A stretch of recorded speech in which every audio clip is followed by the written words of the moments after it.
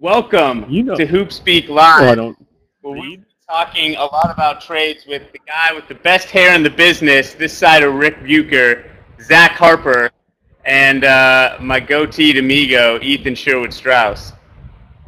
I like that. That was nicely done. Goateed amigo.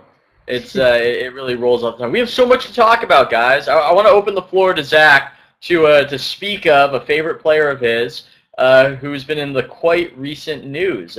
Zach, what's up with your boy Kyle Lowry? What's going on? We've decided to make peace with Canada. We have sent our best product up there, up to the hat, where he's going to be awesome for the Toronto Raptors. I'm pretty excited for him and for the Raptors. Maybe they finally get to have some legitimacy in the league. Yeah, it's been 200 years since the War of 1812, the last war against America that Canada won, and I think that Canada wins this exchange as well. I don't know if the Rockets are going to have a really good pick out of this. It's lottery protected. If they end up getting a 14th pick, is that likely to be as good as Lowry? The word is that pick is going to be spent to get Dwight Howard is the goal. They're still on that train. I really just cannot make heads or tails of what is going on in Houston, which is Morey's thirsty for Dwight Howard. It's really bizarre. We're gonna have Larry Coon on and Zach Lowe. So if there's two people who can shed some light on what's going on, I think these two are them. And especially, I'm excited to talk to Larry about how the new CBA has impacted free agency. Certainly not making anybody any the wiser. There's been a couple clever picks, a couple clever moves, but Jamal Crawford, just the latest example of a player's brand leading to You talk about Jamal Crawford being awesome. You're such a Seattle trader, Beckley. Well, but yeah, unfortunately, you're kind of right in this instance. I think that VDN just wants somebody who will go out there, he'll roll the ball out there, and Jamal Crawford will do Jamal Crawford things. He doesn't have to fit him into a role potentially. Perhaps that's the motivation there. I've heard theories like that. As for the Rockets, I don't want to speak ill of Daryl Morey because I feel like he's going to come around the bend with this grand sweeping move that will make it okay. Some huge trade that will pull it all off, but it just feels like it never comes. And right now, is his reign a failure at this current moment? Are the Rockets a failed franchise under his stead? I don't know that they're a failure. He inherited a team that had two broken superstars, and that's hard to deal with. That's hard to fix. He's cleared the deck. He's trying to acquire assets to make a new superstar influx in Houston, but he's not accomplishing it. I think his job, what he's done is shown how hard an NBA GM's job is. Yeah. Because you can do all of the acquiring of assets, all the cap management you want, but if you can't get a star to come there by a trade or free agency, you're just screwed. I don't think he's done a great job. I don't think he's done a bad job. He's just done a job that's incomplete. Yeah, and I think that this might demonstrate how being a GM isn't like running a fantasy team. It's not just about knowing which guys produce the best and making decisions to get them. There is a John Calipari element to it. You have to be a used car salesman. You have to recruit and get the biggest superstars because they're all paid the same due to the max contract restrictions. So because of that, being a GM has many facets, and you could be the smartest guy in the world, but if you don't have a superstar, you're screwed. So it might not be Daryl Morey's fault that he's in this position, but perhaps somebody with more league cachet like Pat Riley would do better in his position despite perhaps not being as smart. Well, yeah, Pat Riley's the same guy who basically punted the entire 2012 draft. So when we look at it and we say, okay, who's the better GM? Is it the guy who basically decided to not help his team with a golden opportunity to do so? Take a guy like Quincy Miller, who, when Dwayne Wade, or not Quincy Miller, but also Perry Jones, one of these high talent guys at the end of the lottery or end of the first round. When Wade keeps getting older, in 3 more years, if Wade is basically, his ankles and knees and back have turned to dust, LeBron is still going. You want a guy you can develop, take a big risk on, and develop for a few years. They had this opportunity and they just let it go. Whereas Morey is always scheming, always up to things, always active, and I think that that's something that, as writers or as fans of the game who are like really into the minutia, that we can understand. We connect with that and enjoy it. But like you said, he couldn't have gotten Steve Nash to come to Houston, whereas they basically just slid him into a trade exception, Kobe Bryant being the best GM in the league this summer. Yeah, I think you make an interesting point of Pat Riley has missed opportunities with the end of the first round draft. He also doesn't have to even be mediocre at those late first round possibilities because he got the big guys. Like, he got the stars in there. You can kind of just cycle in role players and see what fits and what doesn't. Whereas Morey, he has to do everything he can to be perfect at all times, and he's just not perfect. Nobody in this job has ever been perfect, and except for maybe Red Auerbach. He was pretty great. Speaking of Steve Nash, as you mentioned earlier, Beckley, very awkward segue there. What do you guys make of this and the question that everybody's asking? Are the Lakers now contenders? I'll just put in my 2 cents really quick. Obviously, I don't think that they should be favored to win the West. But yes, legitimate title contender now, whereas they weren't before. Yeah, I think that's fair. Right? Like So it's interesting. They got blown out, it seems, in our minds by the Thunder, but they lost 3 games, or 2 or 3 of those games. Were tight, and they lost that 77-75 game. They lost a game like 96-93. Is Nash 6 points better than Ramon Sessions? Yes.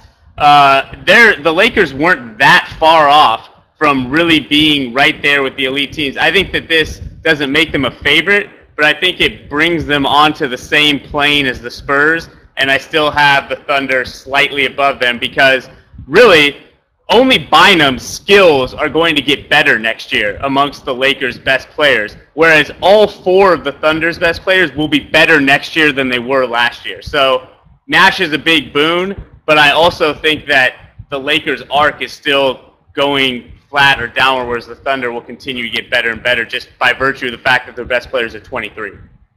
Yeah, and I mean, the Lakers brought in the best role player in the league, right? I mean, Steve Nash is the best role player you can ever have, and he'll kind of be a role player with the Lakers in a sense, but it boosts them up. Like, I don't think any of us would have thought they could contend for a title after the way they went out last year.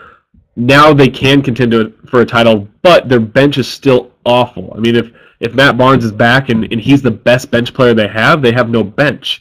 Like, they still have to build around their stars, which they've started with Nash, but you've still got to bring in 2 more guys at least to make sure that not only are they on par with the Spurs, but they can legitimately compete with the Thunder in a series.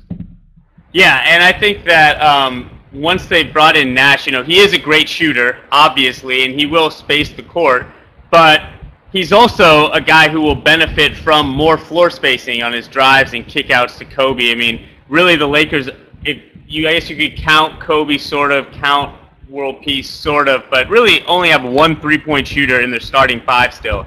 So my trade that I brought up, because they can't afford Powell long term, and I think that this is a good thing that they should really investigate, especially now that they have Nash, is moving Powell for Ryan Anderson and J.J. Redick. This is a completely made-up trade. There's no basis in whisperings around the league that this could happen, but it makes a lot of sense for the Lakers to get a big stretch 4 who's 24 years old, same age as Bynum, and can develop with him over time. Bring Redick in to bolster the bench, take the load off of Kobe so he doesn't have to play 41 minutes a night, and also just provide a ton of shooting around 2 excellent post players and a phenomenal pick-and-roll guard. I like the trade, man, and that's not just because Ryan Anderson is a California Golden Bear, and I would like to see him in a very good situation. It makes sense. They need more floor spacing. Nash is great at finding 3-point shooters. I also wonder, I think the other interesting trade to me is the one that everyone's talking about, which is the Dwight for Bynum. I'm pronouncing his name incorrect. Bynum. Andrew Bynum and Tony Womo. Yeah, that trade. I think that it's perhaps a smarter trade right now than it was before. I know a lot of people thought that they should just do it even without Nash, but I think right now the Lakers window is so defined. It is so defined as when those that Kobe contract ends and the Nash contract ends that you have to go for it right now. And Howard is better right now. So even though Bynum's younger and bigger and more skilled, might be a better rebuilding guy, Dwight makes more sense in the short term. Just real quick on Beckley's article, I just like that 4 lines in, he told us to relax. It was just, what, a non-star for a star? Relax. Like, it was very confident. I enjoyed that a lot. You're welcome. I have like this this imaginary audience that like is really getting worked up by my article that I have to tell to relax, which... You start throwing tomatoes, so you're just like, hey, relax. Is that it makes anyone who reads it, and they're like, wait, relax, should I be hyped up about this? And then they get more invested, and they think that there's a whole... Basically create an entire straw man readership that I think, rhetorically down the line is going to pay dividends. I've said it before, Ponzi Scheme Beckley is my favorite Beckley. Yeah. And Machiavelli Beckley is another one of my favorites. Fantastic. Top 5. Machiavelli is obviously somebody we know and love here on HoopSpeak Live. I mean, the other thing... I want to chide Knicks fans a bit, not to get too digressive, but I don't know if you guys noticed this, but it felt like most Knicks fans were against... I like that you say chide when what you really mean is troll. No, it will be softened. I just didn't get that it appeared that most Knicks fans were against trading Iman Shumpert, someone who he has defensive talent, certainly. I'm not sure he's a good defensive player yet, but he has defensive talent. Coming off a blown-out ACL, and after shooting 40% last season, they were against trading Shumpert for Nash, and I just could not fathom that. I thought it was so interesting that this was the majority opinion among Knicks fans, and I just love to know what you guys think of that. I was shocked. Yeah, I was surprised. I mean, if he hadn't blown out his knee, then I think it's a legitimate gripe of, hey, why are we trading this guy for a 2-year player? This guy could be with us for 6-7 years. That would be legitimate. But coming off a knee injury for a guy that relies on athleticism and quick movement side to side, I don't know that I would have been so worked up. Then again, if the Timberwolves tried to trade Ricky Rubio right now, I would murder everybody. Well, Ricky Rubio is also not the kind of player that you can find in every single draft. I mean, I like Shumpert. I think I really like watching him play because of his enthusiasm, because he obviously cares. He seems like a great teammate. I think he'll get better. But he's not like a special player, and he may never be. And I just think that fans, and I do the same thing, confuse liking a player and liking watching him playing with that player actually being good or unique. Like, his personality is unique and really fun, but his game is really not that, like a 10 PER. I mean, he's not like a special player, even though he's still young and will obviously get a lot better. It's not like he's like the next Scottie Pippen or something. I just, the level of delusion, I sometimes don't know if Twitter is the best survey of what fans actually think, or just the best survey of what the craziest fans think. But I had multiple people, yesterday getting mad at me for calling Shumpert a role player. Multiple Knicks That's fans. At least 2. Yeah, exactly. It might have been 3. 2 people to a 15 million person fan base. That's how surveys work. You take and you extrapolate. You take your sample size and you know that's the population. But that was a level of delusion that I couldn't fathom, where people were angry at just calling Shumpert a role player. If he's not a role player, then what is a Shumpert? I don't know. I just don't know. It's crazy. I've got 2 quick points here. One, Fiji water gets it done. It's very underrated water. It's fantastic. I'm enjoying it. That's not good water for Fiji. It's fantastic. It's coconut water. potable water. They take that and give it to us. We don't buy that. No, I am no, it says it's natural. This says it's natural. Makia Beckley has been interrupted by Smug World Traveler Beckley. Most interesting Beckley in the world, Beckley. But, go on, Zach. And my second point, this is why the NBA drives me nuts sometimes. Alex Kennedy just tweeted that the Rockets are going to look at Aaron Brooks. They traded Aaron Brooks, got rid of him, didn't have to deal with him anymore. The Suns traded Goran Dragic for Aaron Brooks with the first-round pick and then bring back Dragic so that they could pay him more. Right. The recycling and the carousel that is this league with front office moves and with coaches and terrible players that keep getting recycled. You're mad at Jamal Crawford? This is ridiculous that Aaron Brooks is even still in the league. He's not good. Why would you bring him back? That's not going to bring in Dwight Howard. Dwight Howard's going to say, oh, I'm leaving Jameer Nelson. You know what? I'd really like to play with Aaron Brooks. That's not how it works. Yeah, I feel it's... go on. No, that's it. That's all I had to add. Aaron Brooks is tiny.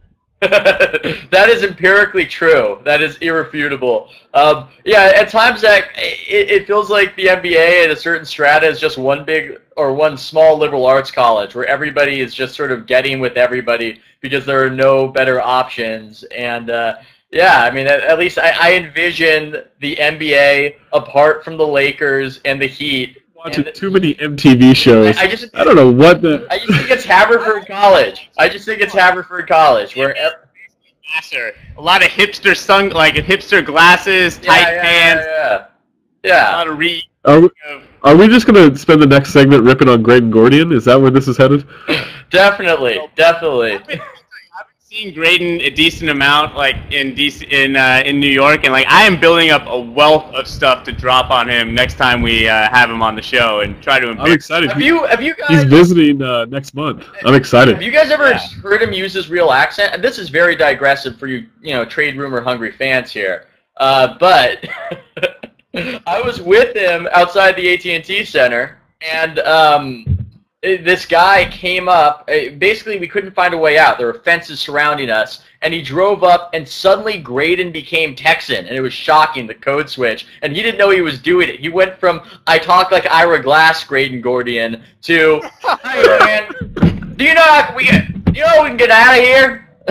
he wasn't doing it intentionally. So I just, maybe bring that up to him. I just felt all of you guys need to know that he's one big fraud, one big phony. He's actually Texan underneath the Brooklyn veneer. Gets back to your pickup battle, which we also need to interrogate him about when he comes back on. Back to basketball. This is actually okay. So there are two max players, or two people who have been offered maxes that I think is I just really could go either way on whether or not I think they're worth it. Hibbert and Gordon, Eric Gordon.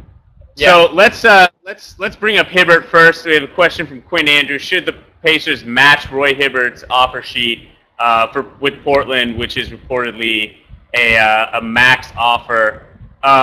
What do you guys think? I think they shouldn't. I appreciate Quinn Andrews. That's just a very waspy name. It's quite impressive, Quinn Andrews. It's Beckley Mason appreciates Quinn Andrews. Beckley Mason definitely appreciates Quinn Andrews. I feel like I get encounter Quinn Andrews is in the UK from time to time. I think the league is moving in a direction that is not Hibbert friendly. There was so much focus in the Indiana series against the Heat on, why aren't they getting him the ball? Well, it's because he's sort of plotting, and, we talk about this a lot, but the legalization of zone defense means that it's difficult. The defense shifts over. You can't just back your guy down and work at your leisure. And as Beckley, as you've talked about, the league is going towards speed. It's becoming it's speedier and less big. So with that in mind, I'm not sure you need a big plotting center to win, and perhaps they should just let it go. I think we saw pretty much the extent of what Roy Hibbert can do when it seemed like the only adjustment Miami made against Indiana was starting their pick and roll out higher, giving Hibbert more ground to cover. And we saw him at his best when he was dominating, blocking shots, grabbing rebounds, passing out of the post.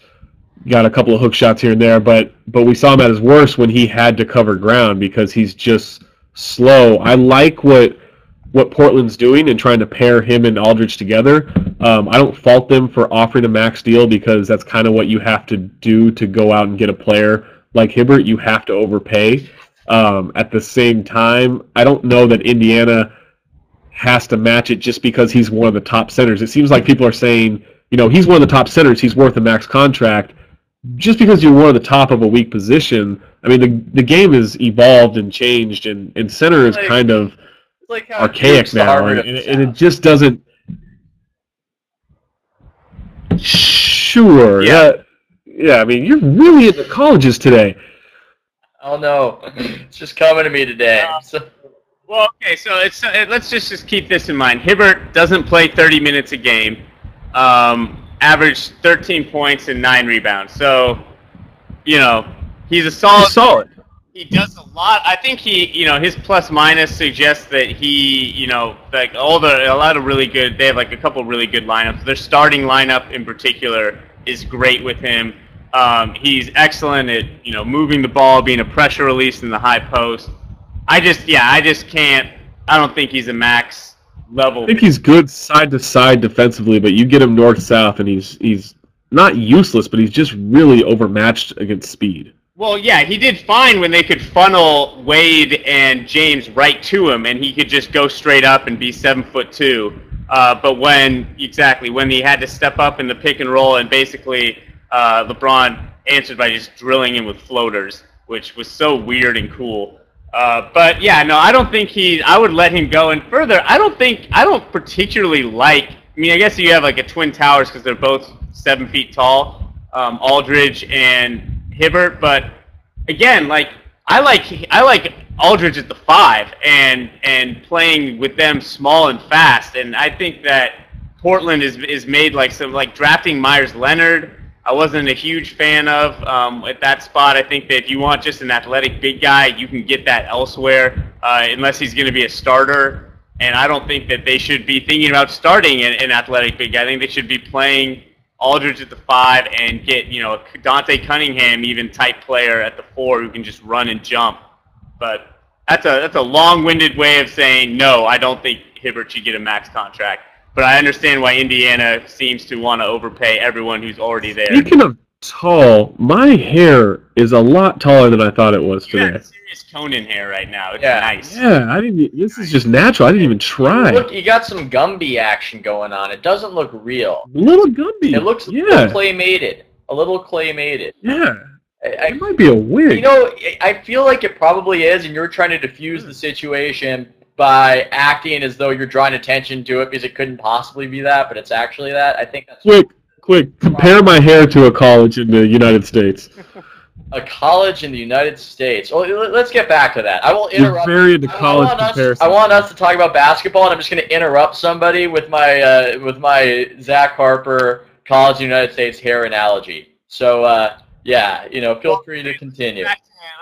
I want to finish the point we were making with Gordon. So I've seen like consensus Hibbert we don't like as max. What about Gordon? I don't love it. I mean, I guess it's easy for me to say that I don't want a guy to be max because that just sounds very financially prudent. Yeah, and but at the same time, you need to overpay guys if you're in New Orleans. Max is as bad as it used to be. We should also point that out that it's no longer 25. It's more like 17, 18. So it's not as bad as it. Yeah, I just think the max coming out of the rookie contract is not. It's not egregious and it's not a bad contract, especially if it's only 4 years. I just don't think that a 4-year contract for a young guy is a terrible thing. I understand it. I just don't feel comfortable with it. Yeah. I mean, it's hard. I feel you can't talk about max in the abstract like this, like we're doing, even though we're doing it, because in certain situations a max is appropriate, and in other situations it's not. And so I think with Gordon, it's situational. So not all maxes are created equal. BS answer I have ever heard. Of course it's situational. Just give me a yes or no. Well, that makes for better. That makes for a better segment, certainly. But in certain situations, you know, like. Get out of here. You know the situation. This isn't certain situations. This is a situation. Oh man. Oh man. You're a coward. You're a coward. You're a max contract coward. All right. Wait. One second. Zach's hair is Harvard. It looks good from the outside, but due to mismanagement, financial within, the endowment is crumbling. It is a facade. It is, as we often say on this show, a Potemkin village. So I'll go out in that. That's my Zach Harper hair analogy. And let you guys talk to Larry. Say hi to Larry Coon for me. All right. Which brings us to our guest from CBA FAQs and ESPN.com. He is the professor, Larry Coon, living legend. How you doing, man? A Potemkin village? Okay, which one of you is Catherine the Great? Oh, that's me. Well, no, Zach, I have a better college for your hair. University of California, Santa Cruz. They're the banana slugs. Oh, that's a good call. My sister went there until she decided she hated college. A little known fact about my family. I hated being a banana slug, too. So you guys can hear me okay? Yeah, you sound great. This is okay. Good. We were having trouble before, and I think I blame Zach Lowe on this. Oh, totally Zach Lowe's fault. Good. We'll blame everything on him. All right, Larry. Well, one of the questions I have for you is very broad, but you know, this is the first off season where teams are kind of getting their feet wet in the new CBA and learning where the new loopholes are and how they can exploit it. What's the impact you've seen this off season just so far? It looks a lot like a normal off season, doesn't it? Teams are spending every penny that they can on every player they can. So why do we have a lockout? I don't know. It's a good question. I mean, I think there is a distinction, right, though, that they're going to have to spend a certain amount, right? Like, didn't we have the lockout so that every penny they spend becomes less than what it used to be? Like Yeah, exactly. So the more nuanced answer is this. Sometimes this league is one league working all as one, and sometimes it's 30 franchises competing with each other. At the negotiating table, these guys are all one league working as one to sort of fix the economy of the league. Once they have a new CBA in place, they go back to being 30 teams that are competing with each other, and they're going to try and maximize the rules that are in place. So get the rules in place when negotiating with the union, and then try to exploit them to the best of your ability once you're able to negotiate with free agents. And that's just what we're seeing now. Yeah, people were saying that one of the loopholes was Daryl Morey had the contract that he offered Asik, which was very, very back heavy, right. The way to sneak in, stuff like that. That people, I mean, do you get the sense that GMs that they knew they would be able to do this when they signed it, and they were kind of like, oh yeah, no, go ahead, and then they were gonna prey on it? Well, that rule's actually been in there for a while. It's been in there since 2005, and I mean they call that the Gilbert Arenas provision because Orlando signed Gilbert Arenas away from Golden State, and also Cleveland signed Carlos Boozer away from Utah, as two examples. Those guys were restricted free agents, so in theory the teams could match any offer that they get, but they didn't have full bird rights yet, so the teams just offered contracts that were above the early bird rights, and the teams couldn't match them. So they created the Gilbert Arenas provision, which said that the offer to a restricted free agent with either 1 or 2 years in the league can't go over that mid-level amount, so that the team's going to be able to keep the guy. Now, the player suffers in that because if it starts down at $5 million where it is this year, and without the Arenas provision, he could have gotten a contract starting at $12 million. He's losing a lot of money. So they built in this back-end thing. After 2 years, the contract can balloon up to wherever it would have been if the Gilbert Arenas provision hadn't existed already. So teams like Houston take advantage of this. They do a 3-year offer with 2 years at a reasonable amount, and then the 3rd year backloaded. Not what the provision was intended to do, but guys like Daryl Morey know what to do with it. Larry, we're seeing the same spending we always see, and you could say it's just irresponsible GMs, irresponsible business, money management, whatever. Could the revenue sharing that is now given to all teams, that seems to be a lot more palatable for team owners, could that be a reason why the spending didn't get curbed at all? Yeah, we're going to see some of that. Although with the revenue sharing, you're going to see a few of the big market teams giving money to a lot of the smaller teams. So, probably 5, 8 teams that are really spending money in revenue sharing, and then that money is getting divided up 22 different ways. So no one team's really going to make a ton of money out of this. The whole idea is that they back salaries down a little bit. They put in revenue sharing. They put in the onerous luxury tax to try to control spending, but also to give these teams more money. So all those things combined are going to make things more palatable. If you're a small market team, you manage it well, you don't do anything stupid, you're going to be able to turn a profit and hopefully compete. Now that don't do anything stupid is a big contingency there. Nothing's really stopping teams from doing stupid things. So, we'll see if a max offer for Eric Gordon's going to work out for Phoenix in the long run, but I'm kind of worried. Yeah, it's a big risk. We were just talking about Gordon and Hibbert as two guys who are like very kind of borderline. Where do they land? To me, Hibbert is like just flat not a max contract. I can't believe Portland offered him that. Gordon at least has the talent, you would say, could play up to his contract. Yeah, but you don't want to give a max contract based on promise. You think this guy's going to stay healthy. You think he's going to be able to lead a team, even though he hasn't been healthy and he hasn't led a team before. So I don't like the idea of a max contract based on that. Yeah, it's also hard though because once he's led a team and once he's played to a max contract level, the chances that he's going to keep doing it for over the life of a max contract is also pretty slim because he's probably done that between 24 and 28. And then you give him that max, and now you're paying him when he's 34. Exactly. So they helped it a little bit. They shortened contracts by 1 year in the new agreement, and they're keeping raises down. And they're doing a little bit to control spending, but there's still the need. It's a seller's market, so that it's going to drive up prices, especially if you're a small market team, and you're going to have to give a guy a max offer in order to get him, and that's going to keep the prices high. People are still going to get contracts that they don't deserve and that don't work out for the team in the long run. Larry, Billy King's job has been to get Darren Williams and Dwight Howard into Brooklyn, and so he went out and traded for Joe Johnson's enormous contract and gave Gerald Wallace 4 years and $40 million. Can you explain to me, by not just saying, well, it's Billy King, like how is this plan going to work? Well, one thing that they're taking advantage of is the fact that Dwight Howard wants to go there. So if he wants to go there, he doesn't want to go somewhere else. If maybe he's letting the other teams know, hey, don't trade for me. Hey, oh, my back, it's hurting.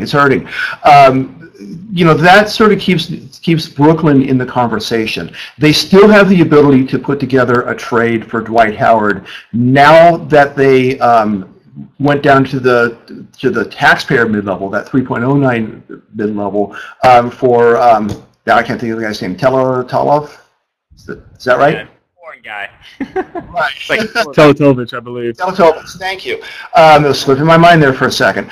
So it keeps them in the running. They can still put together a deal. It would require a sign and trade for a couple of different assets, a Brook Lopez, a Chris Humphreys, who Orlando wouldn't want, but maybe they're going to find a third team for some draft picks. Plus, they could still work it out so that they're going to be able to take a bad contract off of Orlando's hands. They're actually technically going to be able to do this trade and be able to take back Hedo Turkoglu, which puts them in the running. Are they a better offer than the Lakers are making with Bynum? We'll buy them for 1 year, Bynum possibly with injury maturity, et cetera, et cetera, et cetera. Brooklyn's at least in the conversation there. The fact that Dwight wants to go there, the fact that the Lakers might be a little hesitant to pull the trigger if they think that Dwight isn't completely healed. We'll see, but that's definitely where they're trying to go here. This is an interesting question we have from one of our viewers, Hugsis. So explain what happened with Landry Fields in New York and Toronto, and is this the kind of shenanigans that happens in the league often, and it's just usually not so flagrant? Yeah, I think so. I mean, there's been a lot of stories of, like, Jerry West was especially good at that, where if a team had 2 restricted free agents, and he did this, Seattle was the victim here. I don't remember who the 2 players were, but he wanted one of the 2 restricted free agents, so he signed the other one. and Seattle had to match, and then he signed the one he wanted, and they didn't have enough money to match anymore. Miami did this with the Clippers a few years ago. They signed Elton Brand, Clippers matched Elton Brand, they signed Lamar Odom, and then the Clippers said, yeah, so much for Odom. So this kind of gamesmanship happens, and really good GMs are able to do this with people.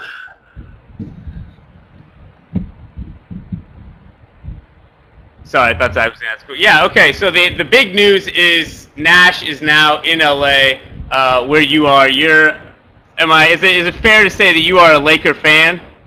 I grew up as a Laker fan. My dad came to LA the same year as the Lakers came in 1960. I grew up watching them, so you could say that, yeah.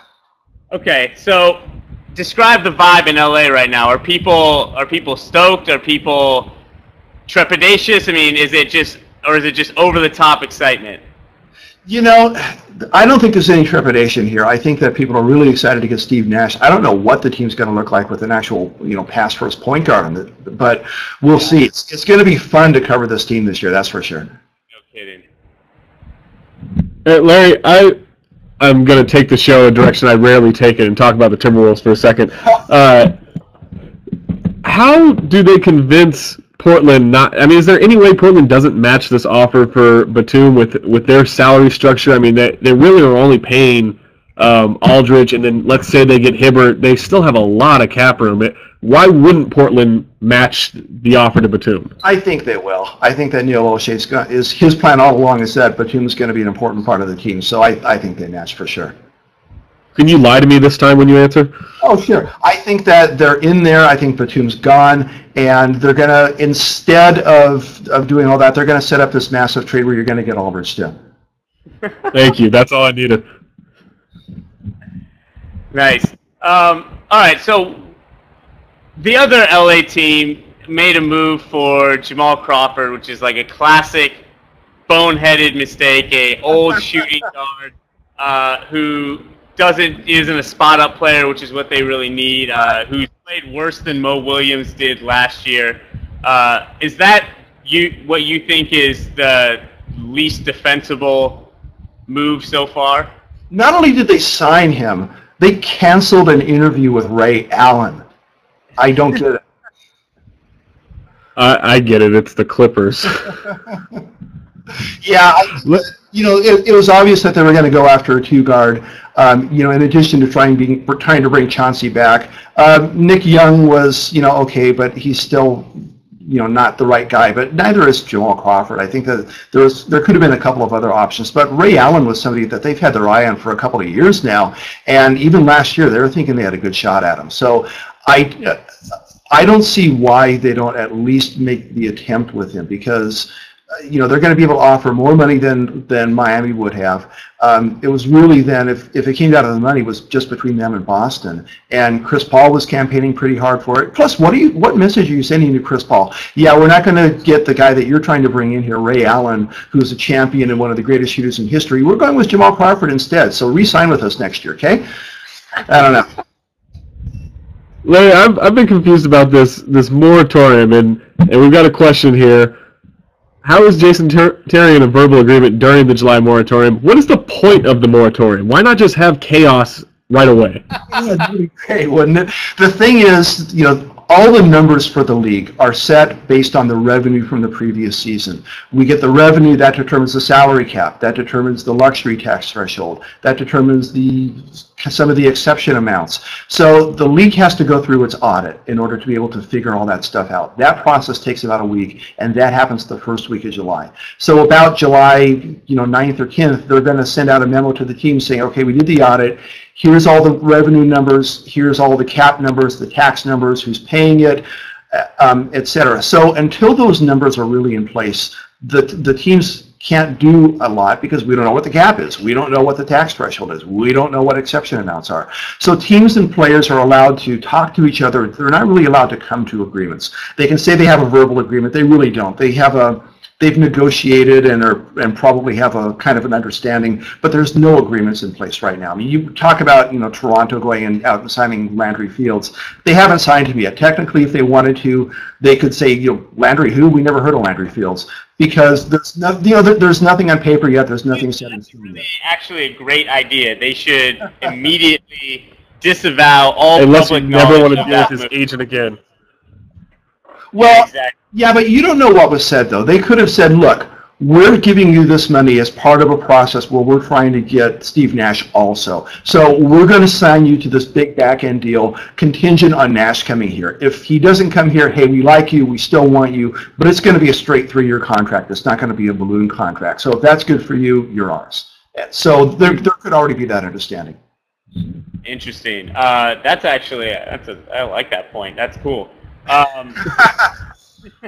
The last question before we let you go, what in the hell is going on in Houston? Yeah, it seems like they want to have everybody who could dribble a ball and walk at the same time just the hell out of Texas. I don't know. He must have some strategy in place that I can't figure out. I mean, obviously Jeremy Lin would be one guy that he's thinking about. Okay, Lowry wanted out, so he traded him. Dragic, I would have kept. But I would assume Jeremy Lin's part of his plan, but I think that Lin at this point, he still needs a better point guard to sort of mentor him for a little while before he's ready to take over a team. Sure.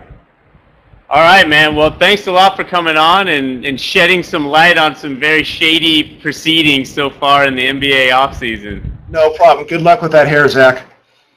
Thanks, Larry. Go Banana Slugs. All right, that was Larry Coon. Always a pleasure. Now we go quickly to Zach Lowe, the old standby. Zach Lowe coming to us from his dimly lit New York apartment. Zach, how you doing, man? I'm tired, Beckley. I'm tired. Well, turn on the light, man. You're gonna fall asleep at the computer there. You're gonna find every light is on. All right. Maybe I need one of those like seasonal affect disorder lights that are like super duper bright or something. I don't know. All right, I'm going to read you a list of players, and you tell me what they have in common. John Brockman, Terrence Jones, Patrick Patterson, Luis Scola, Marcus Morris, Royce White, and John Lure. They are all forwards who are currently on the Houston Rockets. What is going on? How do they have like 9 power forwards who none of them are guys you are really excited to start? I don't really have a handle on what's going on in Houston. With the Lowry trade today is sort of the tipping point. Honestly, I suspect that there's not any secret explanation for what they're doing. I just think that Houston is probably convinced we need a star player, and we are going to do everything we can to get a star player. And they probably, my guess is they went around the league and found that a inversely protected lottery pick or whatever is a more attractive asset than Kyle Lowry, which I sort of find hard to believe given the contract that Lowry is playing under, one of the cheapest in the league for a guy of his ability. That's not a rookie deal. But, it's a new CBA. People are really valuing first-round picks, and they obviously, I would suspect that their calculus is something like that. But, yeah, I mean, it's funny. It's not long ago that we heralded them for a team that was the anti-tanking team that was trying to win and all of this, and they're not tanking, but they're clearly they don't really care about winning this season. They care about what's going on 2 or 3 years down the road. Zach, it seems like there's no way the Knicks can let Jeremy Lin go. I mean, don't they have to, at least match anything that's going for Jeremy Lin? There's no other point guard options. They can bring fat Raymond Felton back, but last time he was there, he was thin. What do they do? I'm rooting for fat Raymond Felton to return to New York. No, I mean, I think they're going to match Lin. I mean, they have the right to do it. They knew somebody was going to offer him a contract that was backloaded like this, and it would very much surprise me if they didn't match Lin, which means that I don't know that any player in the history of basketball has made more 20 professional games, basically, than Lin will have made once he signs his contract. Yeah, it's really impressive that, and they weren't all great games. I mean, we're really talking about a handful of really, really good games, a handful of pretty good games, and a handful of really just terrible stinkers. And now he's getting really paid. I want to ask you about two players who are both receiving deals that sounds like in about the same ballpark. Dragic's, I think, is a little bit more, but in your mind, they're both 25 years old. Both I wouldn't call anyway pure point guards in their kind of outlook on every possession. George Hill and Goran Dragic. How do you evaluate those two against one another as players and their contracts? I think it's a safe bet that one of those two contracts it will be in 3 years regarded as a bad contract. I don't know which one it will be. I would probably lean towards Hill, just because I like Dragic a little bit more as a player, because I think he leans closer to the pure point guard that is a little bit harder to find in terms of his ability to get into traffic and finish in the lane and throw sort of creative passes that I think are out of George Hill's repertoire. I like George Hill a lot. I think he's a good combo guard, but I think Dragic's deal is a little bit better, particularly because it's 1 year shorter, even though if the per year money, I guess, is probably going to end up being the same. But I think they're both pretty good players, and probably one of them will be viewed as a bad mid-sized contract in 2 or 3 years. Zach, it seemed like the Magic were out of the clutches of Jameer Nelson's point guard play after his hot 2009 season, and then they re-up him. What's going on there? Rob Hennigan is the kind of guy where if he does something, given his background, you just sort of think he must know something that I don't know. And I ran the Magic's numbers for their cap sheet a few hours ago and then got sidetracked by some of the other news, so I don't remember what those said. But certainly 3 years and 20, I think, is what it's going to end up being for Jameer, who's 30, declining, and is very tethered to Dwight Howard in terms of what his value is and the fact that, can he survive without him defensively and offensively too. It's a strange... I mean, on the other hand, they need someone to play point guard who's not Chris Duhon, and I guess Jameer Nelson is going to be that guy. In 3 years, maybe the last year will be non-guaranteed. Who knows? We'll have to see the details of the deal. But I'm surprised by how enthusiastic they seem to have been to re-up with him. Yeah, I think that people underestimated or overestimated, I guess, the CBA's ability to curtail kind of that $5 to $9 million contract, which is still the death of every team. Is you sign guys who are not max guys, not even like really big contracts, but that just eat up. You want $8 million is that guy better be really, really contributing, and if he isn't, you can probably replace him for someone who costs a fourth of that, and without losing too much production. Yeah, I mean, I do think this idea that you can win with only essentially minimum guys and stars, I'd have to go back and see if any team has really, truly done that. I mean, almost every team has some sort of guy making $6 to $9 million, either because they traded for him or he was bought out by his old team or whatever it is. I mean, almost every team has one or two guys like that. I mean, those become bad contracts. I mean, it's like George Hill is a very nice player. You don't have to pay George Hill $40 million just because you had him last year and you gave up Kawhi Leonard for him in a trade that's probably going to end up being bad. You don't have to pay him $40 million. You can say, we think that you affect our win total by 2 wins or something like that because we have Darren Collison and Paul George and Danny Granger and all these guys on the wing. We don't want to pay you $40 million, but teams are afraid to do that because of those 2 wins and because of the fact that he'll be a key player for them. He's a good player, so it's an interesting decision. But yeah, I don't know that any team has ever won with people want to look at the Spurs last year as like a star stars and Danny Green, basically. But, I mean, you had Boris Diaw on that team, who was an $8 to $9 million player, whatever he was. And so, Zach, you're a Celtics fan. How are you feeling about the Jason Terry signing, and where does that go with Ray Allen? I like the Jason Terry. I like the Jason Terry signing. I mean, I was sort of rooting for them to sign Jason Terry. I think he's exactly the kind of player that they need. I don't know what it means for Ray Allen. I mean, to the degree to which they're bending over backwards to bring back Ray sort of surprises me. I mean, they're talking about a no-trade clause, which only 2 guys in the entire league have. I mean, it just seems he's good, but I don't know that he's that essential with Avery Bradley and Jason Terry both there. I think the Celtics more badly, frankly, need to back up to Paul Pierce, who's other than Jeff Green, who I don't like very much. But I like Jason Terry. They need offense, and they need someone who can both shoot and create off the dribble, which sounds stupid, but like, yeah. I think Keon Doolin's days as locker room preacher might be a little bit numbered. Yeah, I was going to say, he was the one guy in Boston that reporters could always get a good quote from, and now he's going to be gone. That hurts. And I am surprised by the Ray stuff as well, because let's say, so Terry is going to be, 5, Ray would be maybe around then, I don't know exactly what's been floated. But Avery Bradley is their future in the backcourt, or so it would seem. It would be kind of a weird vote of no confidence in a way to put two veterans in front of him like that, or it seems to me anyway.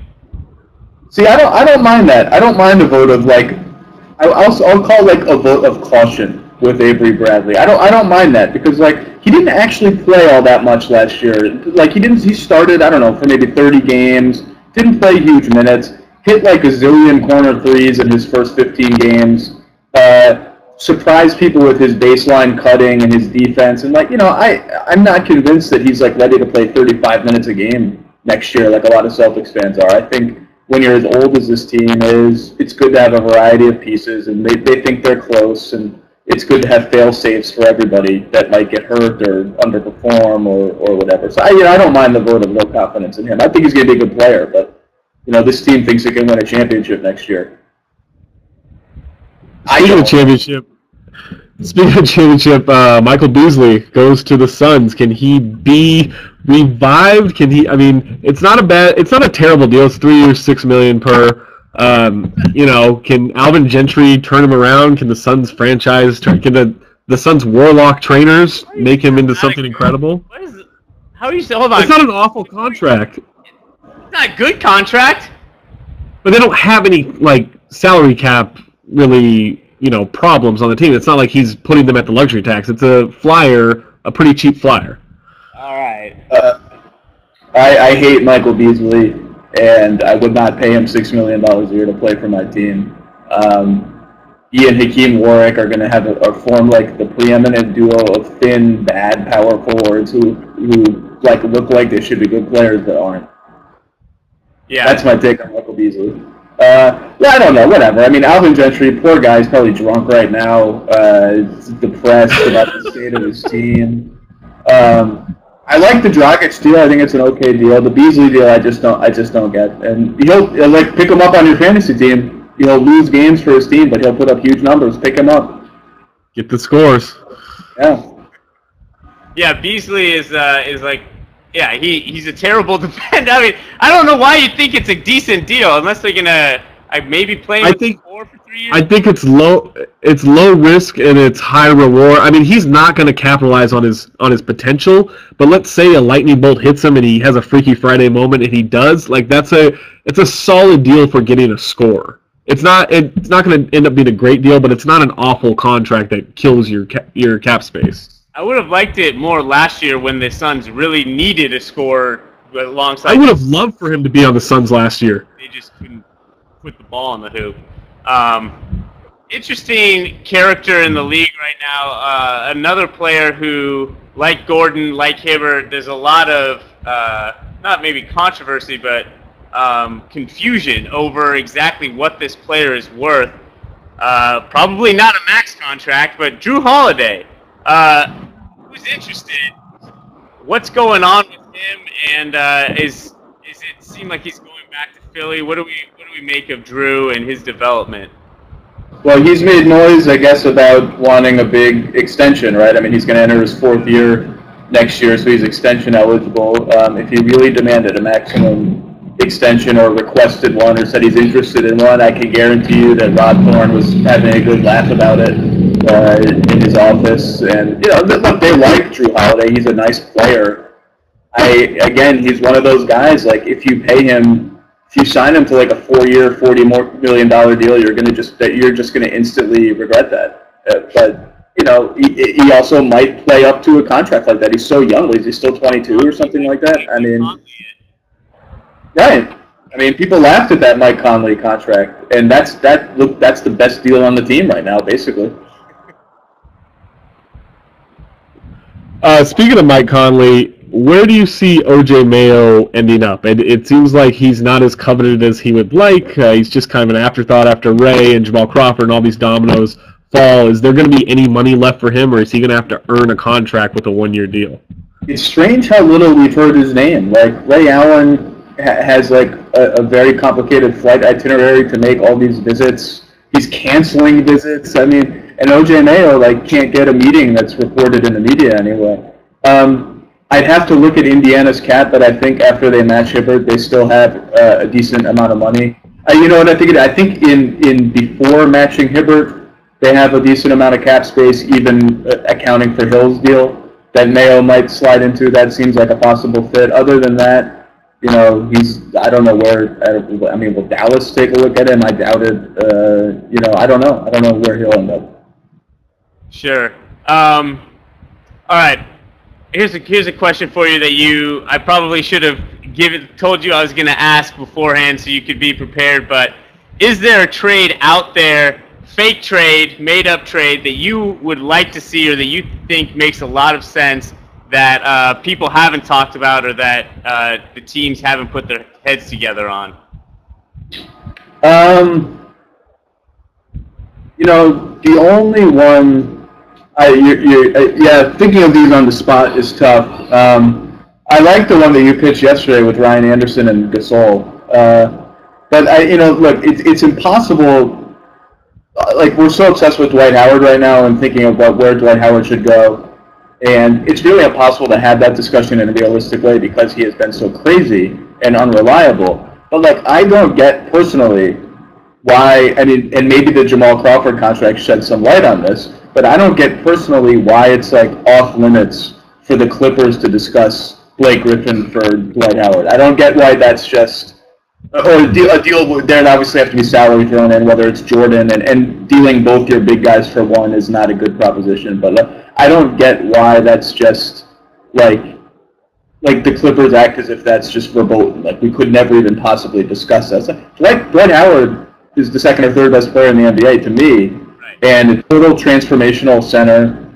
Blake Griffin is an awesome player, one of the 12 to 15 best guys in the league probably. But if I worked for the Clippers, I would at least be can we have an email chain about this? Can we at least talk about it? So that's one. I don't know.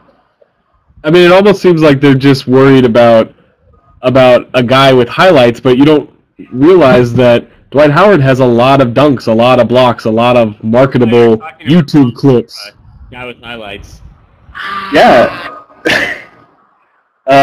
He does. But, I mean, I think it's more the fact that you can't. I mean, if Dwight Howard says, I'll definitely, sign an extension with the Clippers, I just don't think any team can take that, without. Well, and also the Clippers, they've got Blake, so they've locked him up, so they can move that and know that he's going to stay. True. I'd have to see if there's a moratorium. I don't know the exact moratorium. I think it would probably be until December 15th. It would be the first time they could trade him, but that may not be true. I'd have to check with the Oracle, Larry Queen. It's amazing how Howard has been, as you said, basically crazy and unreliable that it's gotten people to, basically forget that he's incredible. He dominates games.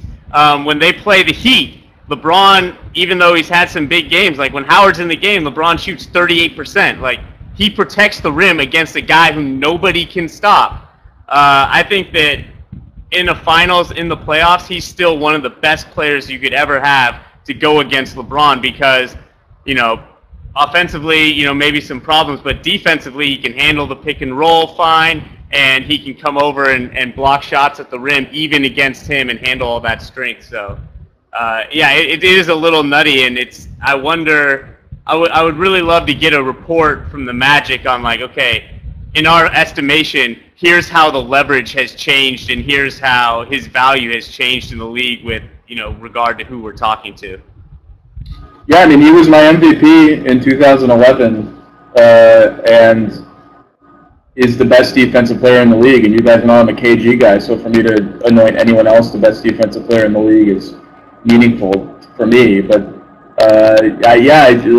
but again, he's been crazy, he just had back surgery, and so there are legitimate questions to ask, but I mean, I ranked him as the second when I did my Mammoth Top 100 list last summer. I ranked him number 2 behind LeBron.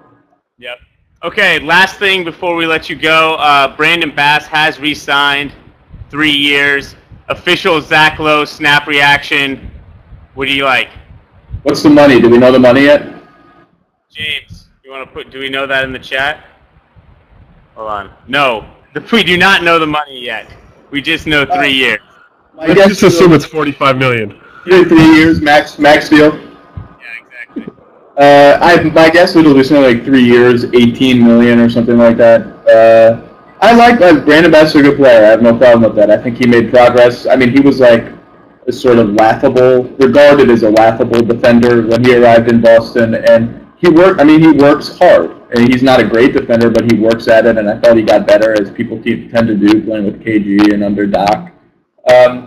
They need him. I mean, if they're seriously going to contend for a title, and I don't really think that they can if Miami is healthy, but if they're going to make a run at it, they need him. There's no question about that.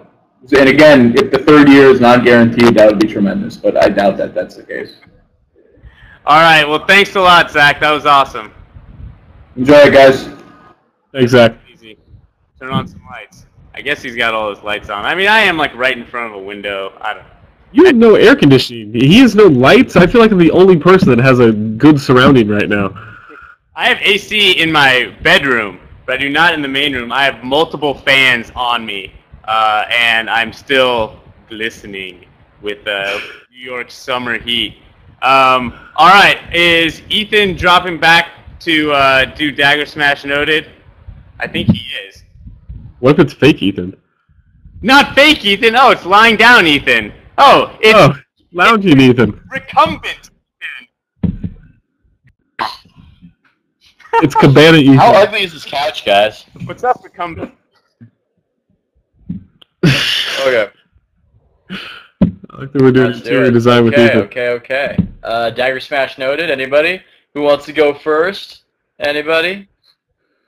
I think you first, since you were lying down and not participating in the show. So you caught me by surprise. I was ready to go, but then the Brandon Bass news happened, and then I was editing something. And look, and plus you almost made me miss my flight last Thursday. Beckley, I was very close. It almost happened on the way back. I mean, I don't know if that's a dagger, a smash, or a noted. I guess my dagger would be this.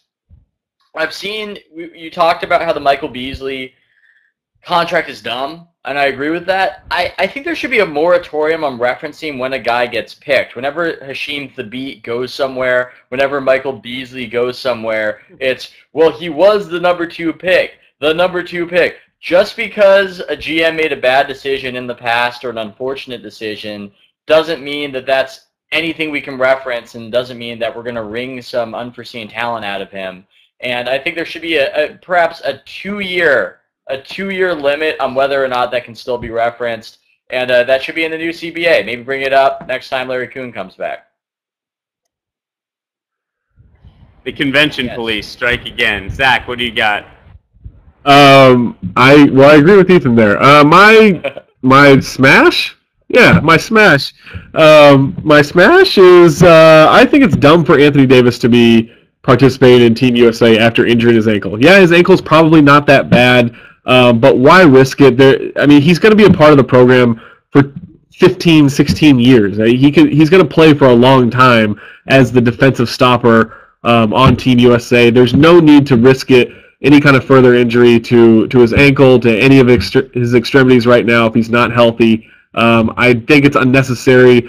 We saw how LeBron can play the 4, Rudy Gay can play 4 this year. Like, we have guys that can go from 3 to 4, still be athletic and big enough to compete at the world level. So no need to rush him out there. Plus, more playing time for Kevin Love. I need to jump in a little bit because I was arguing with this with you, Beckley.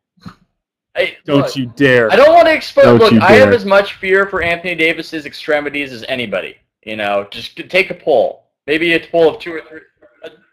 Pause? Are we still saying poll pause? of 2 or 3 people, and then we'll extrapolate. But take a poll, and you'll know that I care just as much as anybody. And but at the same time, I feel like there's some American arrogance. This idea that we'll just run. We have the most talent. We'll out talent teams. I like America to win when they have a lot more talent than the other guys. I don't like it when they have a little bit more talent, and I especially I feel concerned deep within me when they're overmatched in the front court like they'll be against Spain. So I don't know, man. Yeah, no, I mean, I still want to pretend that Serge Ibaka is really good too, but I'm just not going to do it. They have your guy, Marc Gasol. They have Marc Gasol, according to you, the greatest center in the world. First of all, he is not my guy. Ricky is my guy. Don't you ever try to replace him in my heart with anybody else. And Marc Gasol is definitely your guy. And by the way, you could see Beckley getting a little irritable. I think Heatstroke Beckley is the most irritable Beckley that there is. Stressley is the most irritable Beckley. We all know that.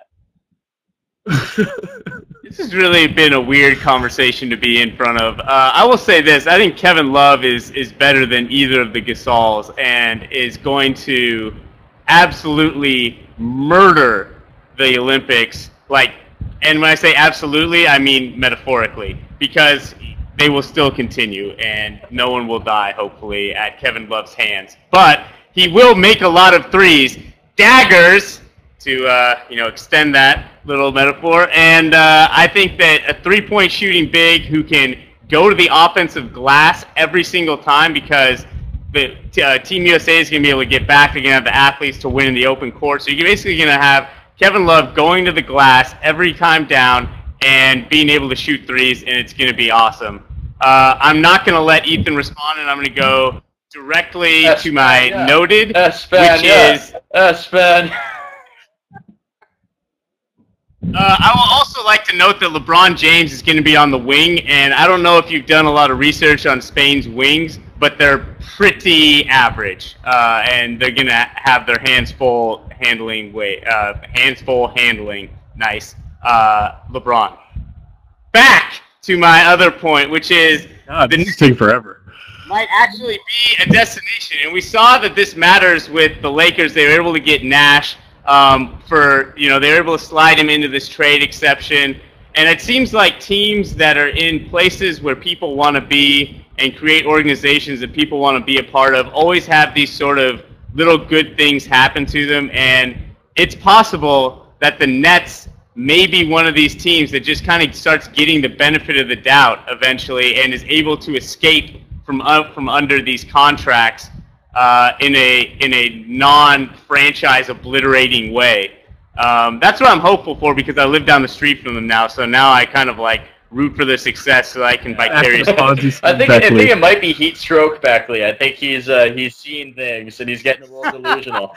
I think that might be. And by the way, you're the one who said that Serge Ibaka was the salve, that he was the counterpoint to LeBron James, and OKC needed to guard LeBron James with Serge Ibaka. Suddenly, we're faced with the same scenario, and when you want the USA to win, suddenly LeBron is an indomitable force, and and not even bringing up that Serge Ibaka might be a good counter to him. Yeah, I think you're making two very different points there within that argument. One, I said he's an indomitable force, and two, I said the Thunder might be better served by putting Ibaka on him for possessions at a time. If Ibaka had trouble with Shane Battier, he's going to have a nightmare with Kevin Love. That's just a funny sentence. I mean, it's true. Kevin Love's great, but there's just funny about it. I just love how Kevin Love is murdering people and giving people nightmares. There's just something amusing there. Yeah. Stroke Beckley strikes again. Well, do you have anything else to counter I'm on? good, man. We can end the show. Thank you to our guests, to living legend Larry Coon and Zach Lowe, and to James Herbert for hosting, and for everybody who watched, Zach Harper, and half thanks to Ethan Surestraw for joining half the show. Later, guys.